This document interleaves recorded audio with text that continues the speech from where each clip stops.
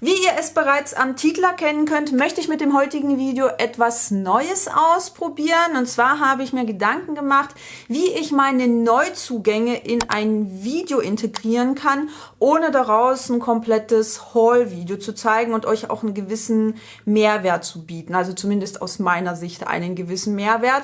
Deswegen habe ich mit meiner Freundin Isa so ein bisschen gebrainstormt und dabei ist uns der Titel Haul Mix and Match eingefallen. Das heißt, ich zeige euch zunächst einmal, was ich mir so Neues zugelegt habe und warum. Und dann zeige ich euch auch einige der neuen Produkte in Aktion. Werde sie allerdings mit meinen alten Produkten, also Skincare oder Make-up, das ich bereits besitze und das ich bereits kenne, mixen. Das heißt, hier sind jetzt nicht nur irgendwelche Neuzugänge dabei, sondern auch alte Favoriten. Ich hoffe, dass euch dieses Format genauso gut gefallen wird wie mir. Ich bin auf jeden Fall gespannt, wie das bei euch ankommt und dann legen wir gleich mal los. Ich starte mal mit meinen Neuzugängen aus dem Skincare-Bereich und hier habe ich mir beispielsweise das Baby Love Sensitive Sonnenspray zugelegt. Das ist von den Inhaltsstoffen her richtig, richtig toll. Das ist komplett unparfümiert. Hier sind auch tolle UV-Filter enthalten. Das habe ich mir hauptsächlich geholt, um euch zu zeigen, wie viel Spray man eigentlich tatsächlich benutzen muss, um auf die korrekte Menge zu kommen. Das Video ist auch auf jeden Fall schon in Planung.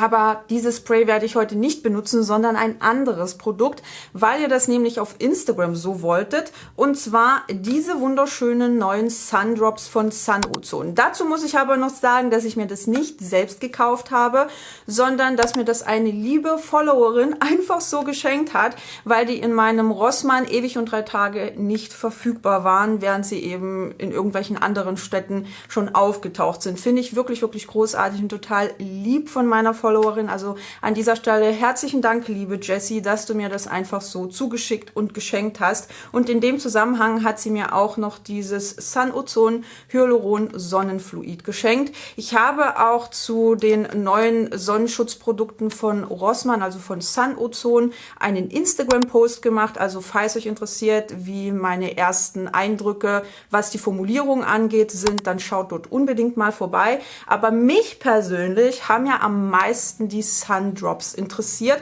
weil die auch von der Filterkombi wirklich gut formuliert sind. Die sind aber alle parfümiert, also alle neuen Produkte der Sun Ozone Reihe sind parfümiert. Die hier enthalten keine deklarationspflichtigen Duftstoffe, dieses Sonnenfluid auch nicht, aber ich bin wie gesagt am meisten gespannt auf die Sun Ozone Sundrops mit SPF 30 und ihr auch, deswegen werde ich die jetzt auch im Video verwenden. Ach so, ich habe natürlich auch noch einige PR-Samples zugeschickt bekommen, aber da war ich mir jetzt unsicher, inwiefern sie in so ein Haul-Video reinpassen. Schreibt mir gerne in die Kommentare, ob euch das fürs nächste Mal dennoch interessieren würde. Dann kann ich euch die Sachen natürlich auch zeigen. Und ich habe auch so ein bisschen bei Make-up zugeschlagen. Ich weiß nicht, was mich geritten hat, aber ich habe mir die neue Make-up Revolution Longwear Foundation in Real Life Filter gekauft. Wirklich ein sehr, sehr komplizierter und langer Name und zwar diesmal in der Farbe F1. Ich hoffe, dass mir diese Nuance halbwegs passt. Die Foundation ist mild formuliert, da sind keine deklarationspflichtigen Duftstoffe drin und da muss ich auch wirklich so ein bisschen drauf achten, weil man ja so eine Foundation auch relativ lange auf der Haut drauf hat und da ich eine eher allergische und empfindliche Haut habe, muss ich so ein bisschen aufpassen. Ich hatte euch ja auch bereits in dem Video meine allerliebsten Foundations ever gezeigt, also Teint-Produkte, mit denen ich richtig gut zurechtkomme. Falls euch das interessiert, verlinke ich euch oben in dem i und selbstverständlich unten in der Infobox, dann könnt ihr bei Gelegenheit mal vorbeischauen. Oh, und der neue Bronzer von Make-up Revolution hat mich auch wahnsinnig interessiert und zwar ist das der Super Dewy Liquid Bronzer. Ich bin ja sowieso ein riesengroßer Fan von Creme-Produkten, also alles, was so Richtung Bronzer und auch Blush und Highlighter geht. Da könnte ich eigentlich auch mal ein Favoritenvideo machen. Also schreibt gern unten in die Kommentare, ob euch das interessieren würde. Ich habe mir den Bronzer in der Farbe Fair to Light geholt und den werde ich auch heute benutzen. Bin schon sehr, sehr gespannt, wie der so performen wird. Und ich habe mir auch noch von Make-up Revolution diese Half Lashes gekauft. Da bin ich ja gerade irgendwie total heiß drauf, aber es ist wahnsinnig schwer, solche halben Wimpern irgendwo zu finden. Ich habe zwar die von Essence, finde die allerdings sehr, sehr starr und nicht so angenehm im Augenbereich. Deswegen bin ich auf die hier besonders gespannt, weil die schon ein bisschen mehr Schwung haben und ich vermute, dass die sich dann auch dadurch ein bisschen besser ans Auge dran kleben lassen. Dann starten wir jetzt mal mit meiner First Impression, was die neuen Produkte angeht, und das Ganze würde ich, wie gesagt, mit alten Favoriten kombinieren, und da starte ich wie immer mit meinem eigenen Gesichtswasser mit 4% Niacinamid, was einfach schön beruhigend wirken kann und bei Rötungen hilfreich sein kann und was eben auch barrierestärkend wirken kann. Außerdem ist auch noch 2% Panthenol enthalten und 2% Ectoin. Beides Inhaltsstoffe, die auch beruhigend auf die Haut wirken können. Und ich brauche das einfach. Ich brauche meinen Toner unter meiner Sonnencreme, weil sich das Ganze dann einfacher verteilen lässt und weil so wässrige Produkte selten mit Skincare darüber komisch interagieren. Deshalb sprühe ich mich jetzt mal ordentlich damit ein.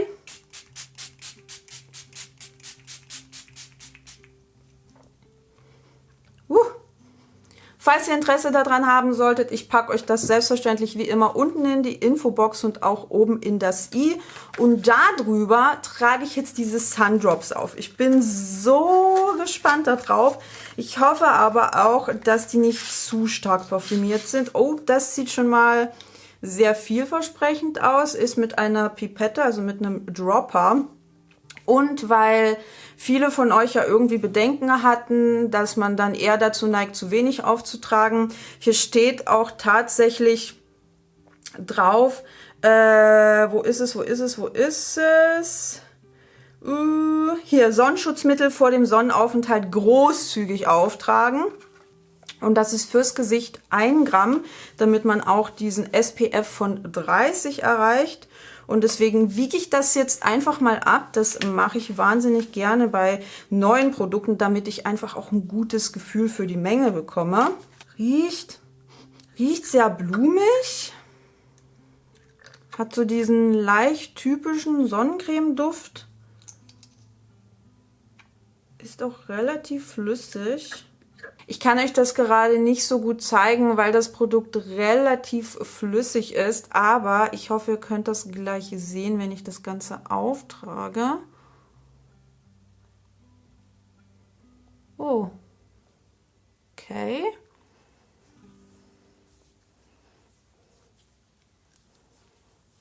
Okay, wow. Fühlt sich so vom ersten Eindruck her wahnsinnig wässrig an.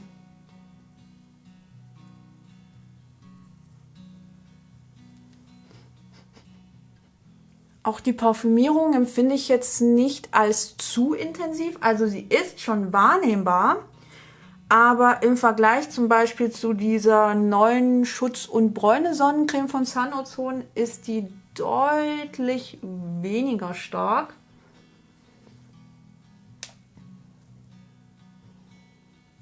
Wow. Kann es sein, dass das vielleicht ein absoluter Hit wird? Also, fühlt sich hammermäßig an. Wirklich.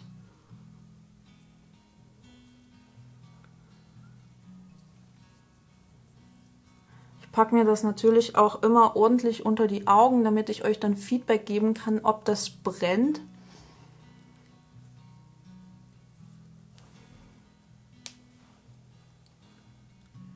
Wow, also ich muss echt sagen, ich bin vom ersten Eindruck her extrem begeistert. Das ist ja der absolute Hammer.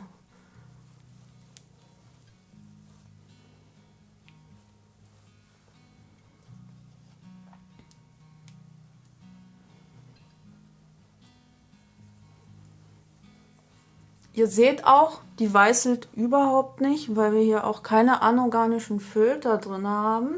Also kein Zinkoxid und kein Titandioxid. Das heißt, für stärker pigmentierte Haut könnte das durchaus einen Blick wert sein. Klar sieht das jetzt nach dem Auftrag und nach der Menge von 1 Gramm ein kleines bisschen glowy aus, aber ich mit meiner trockenen Haut mag das ganz gerne. Ich spüre die Sonnencreme jetzt auch nicht so stark wie beispielsweise andere Produkte. Ich habe hier definitiv Sonnenschutzmittel, die einen stärkeren, spürbareren Film auf der Haut hinterlassen, was ich persönlich nicht so mag. Das hier fühlt sich zwar leicht gepflegt an, aber nicht zu schwer. Also ich muss echt sagen, ich bin vom ersten Eindruck dermaßen begeistert. Und nur noch mal zum Verständnis, ich weiß, dass auf der Verpackung ganz fett Vitamin C draufsteht. Allerdings ist in den Sundrops keine Ascorbinsäure enthalten, sondern ein Vitamin C-Derivat namens Natriumascorbylphosphat. Und das höchstwahrscheinlich in einer sehr geringen Konzentration, sodass es eher zur Stabilisierung des Produkts beiträgt. Das heißt, ihr solltet euch von diesem Vitamin C-Derivat jetzt nicht zu viel erwarten. Aber ansonsten sind diese Sundrops einfach nur Bombe. Ich habe natürlich total vergessen, euch die Lidschattenpalette zu zeigen, die ich mir neu zugelegt habe. Und zwar ist das die Earthy Palette von Beauty Bay. Ich liebe ja die Lidschattenpaletten von Beauty Bay, vor allem die Qualität ist wirklich großartig. Und ich konnte bei dieser Palette einfach nicht widerstehen. Ich liebe Grün und da Grün meine Lieblingsfarbe ist, musste ich die mir einfach zulegen und die werde ich heute selbstverständlich auch benutzen. Dann trage ich jetzt mal die neue Foundation von Makeup Revolution auf. Hier steht zwar fett drauf, oil-free, aber genau genommen sind in der Foundation unter anderem Silikonöle enthalten und auch einige andere fetthaltige Substanzen. Ich glaube, was die meisten Marken damit meinen, sind irgendwelche Pflanzenöle. Aber dann schreibt es doch einfach drauf, denn ansonsten ist es nicht ganz korrekt. Hat auf jeden Fall eher eine cremige Konsistenz und ich bin schon wahnsinnig gespannt, wie die performen wird und ob die Farbe halbwegs passt, weil die meisten neutralen Nuancen von Makeup Revolution ja einfach ein bisschen zu gräulich sind.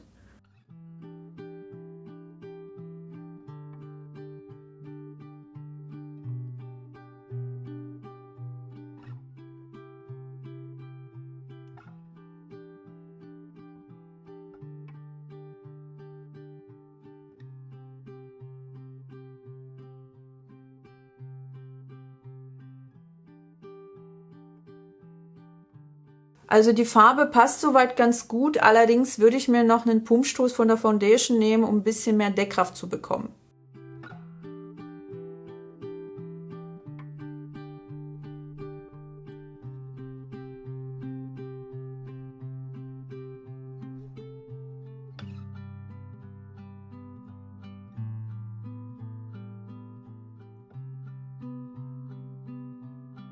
So sieht das Ganze jetzt aufgetragen aus und ich muss sagen, dass ich das Ganze mal gar nicht so schlecht finde. Klar wirkt die Foundation jetzt nicht sonderlich matt, weil ich darunter einfach diese super glowy Sundrops habe, aber mir persönlich gefällt das richtig, richtig gut. Dann gehe ich jetzt mal über zu der neuen Earthy Palette von Beauty Bay. Ich würde ein Auge auf Camera machen und dann schminken wir das andere zusammen. Da bin ich wieder und jetzt versuche ich das hier auf das andere Auge zu übertragen und nehme mir natürlich die Beauty Bay Earthy Palette und meinen kleinen Pinsel. Dann gehe ich in Pine und ziehe mir wie so oft einen Wing.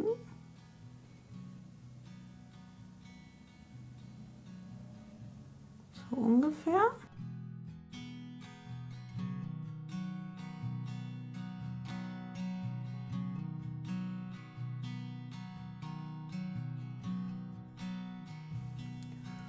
Und dann fülle ich den nach und nach aus.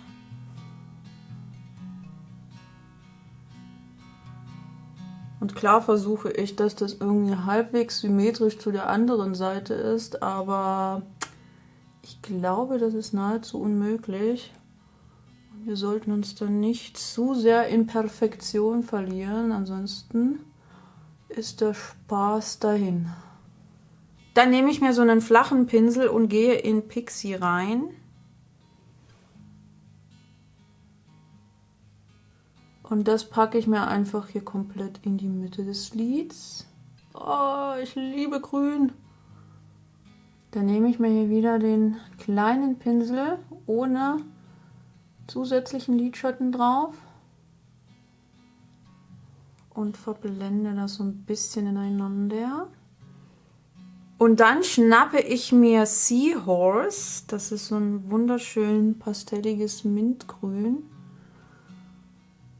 und gehe hier damit rein. Dann packe ich mir diesen wunderschönen minzfarbenen Ton hier hin.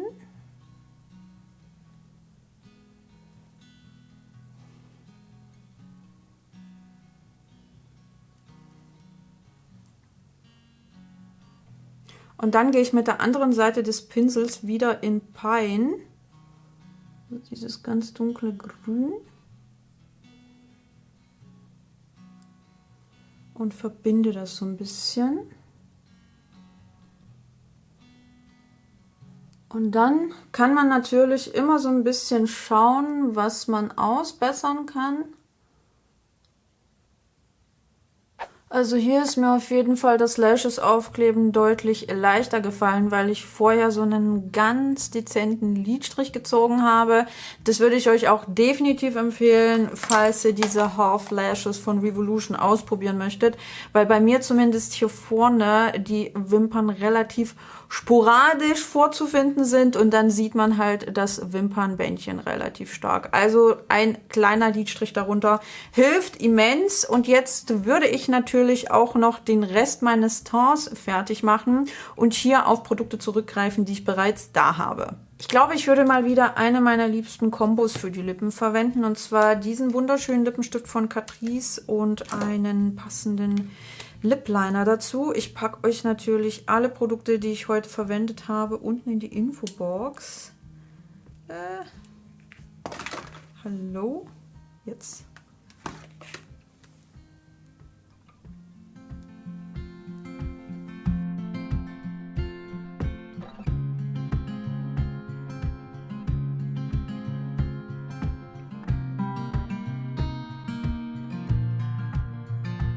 Das ist übrigens der Catrice Vegan Collagen Matt Lippenstift in der Nummer 100. Und einen kleinen Spritzer Gloss drauf.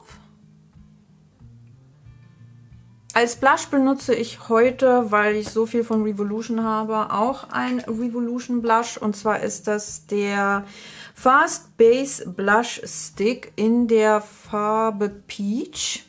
Den kann ich euch übrigens auch sehr empfehlen. Großartiges Produkt zu einem wahnsinnig kleinen Preis. Aber der riecht sehr intensiv nach Kokos. Und zu guter Letzt natürlich noch der Super Dewy Bronzer in der Farbe Fair to Light. Bin ich mal sehr gespannt. Oh, ist relativ fest. Also hier kommt schon eine recht feste Masse raus. Ich bin mal gespannt, wie gut sich das Ganze verblenden lässt. Und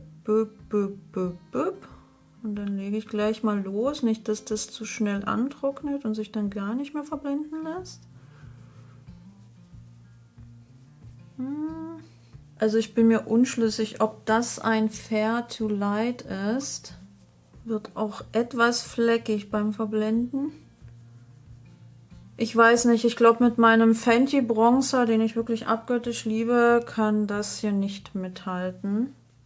Kommen wir jetzt fix zu meinen ersten Eindrücken, was die Neuzugänge betrifft. Und da fange ich mal an mit den Sun Ozone Sundrops mit SPF 30. Hier muss ich echt sagen, dass ich positiv überrascht bin. Ich merke auch gar nichts mehr von der Parfümierung. Ich finde auch, wie gesagt, dass sie längst nicht so intensiv ausfällt wie bei manch anderen Sonnenschutzmitteln.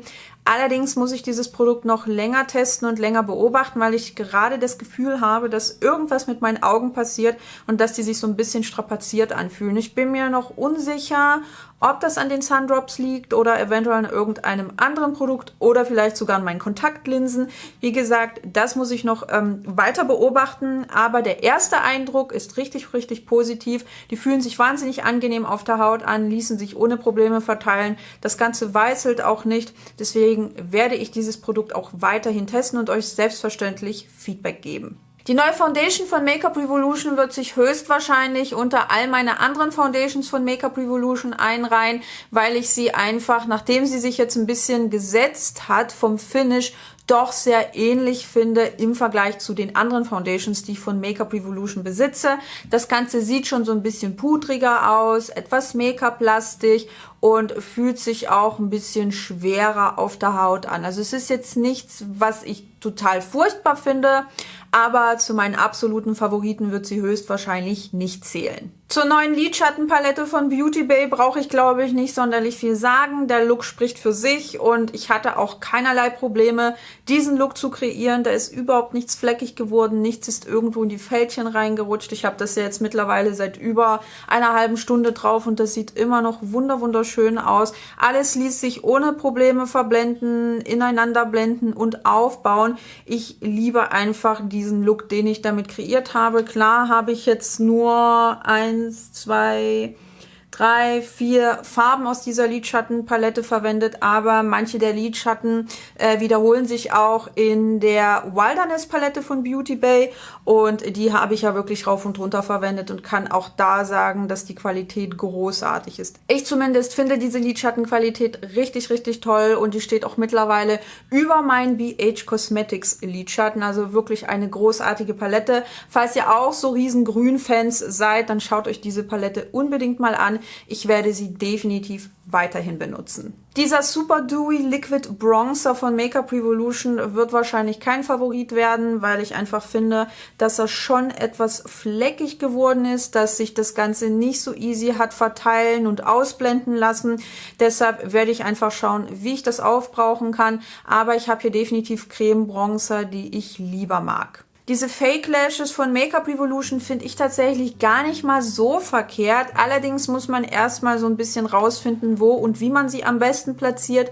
Und ich würde auch definitiv empfehlen, einen kleinen Lidstrich zu ziehen. Also man muss ja nicht unbedingt einen Wing nach außen hin machen, aber einfach nur, damit man hier dieses Wimpernbändchen nicht zu stark wahrnimmt. Zumindest, wenn auch eure Wimpern ja so ein bisschen sporadischer auf eurem Auge verteilt sind. Aber ansonsten sind die wahnsinnig bequem, weil einfach dieser Teil, der hier fehlt, nicht so krass ins Auge reinpiekst und dadurch fühlt sich das auch sehr viel leichter auf dem Augenlid an. Das war's schon mit meinem ersten Haul Mix and Match Video. Ich hoffe sehr, dass es euch gefallen hat und euch genauso viel Spaß gemacht hat wie mir.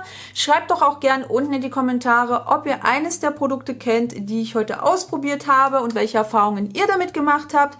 Und ansonsten würde ich mich natürlich wie immer über ein Däumchen nach oben freuen, vielleicht sogar ein Abo, damit ihr keines meiner Videos mehr verpasst. Und dann sehen wir uns beim nächsten Mal.